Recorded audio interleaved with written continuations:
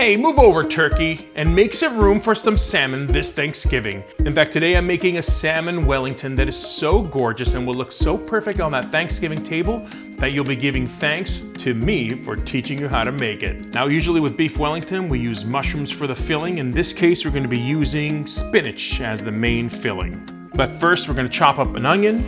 Let's saute that with some butter. Add the garlic. Squeeze the spinach and add it to the pan. Now the cream cheese goes in there. Capers. Now dill works great with this, but I just happen to have some fresh thyme and that's what I'm gonna put inside of it.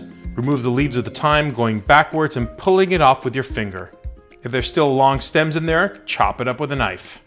Okay, that goes in too, and we're gonna mix it up. I'm gonna zest some lemon, add the juice, season it with salt and pepper, mix a little more and turn off that heat. Now for the salmon, we're gonna be using MOWI Atlantic salmon sides. This side has been trimmed by MOWI for your convenience, and all you do is you remove it out of the package, dry it up, season it with salt and pepper. Now we're gonna make the puff pastry from scratch. I'm kidding. I already bought the frozen kind. I don't wanna make it from scratch. You shouldn't either. Let's save some time here and just unroll this package. And once we unroll it flat onto a surface, we're gonna add our salmon side on it. Take the spinach mixture that's already been cooled, try to spread it as carefully as possible so there's an equal amount of spinach on top of every part of the salmon. And now for the glue, we're gonna be using egg yolks and brush it all around the sides.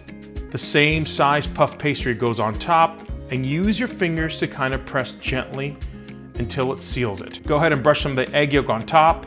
Now don't worry about the sides, we're going to be trimming those momentarily, but first we're going to build a pattern on top of it. And usually you can use a knife or some sort of spoon to make these cool patterns, but today I'm using this. This is a lattice cutter, and if you don't have one of these, don't worry, you can just be creative on your own, but I just happen to have one of these. And the way this works is very simple.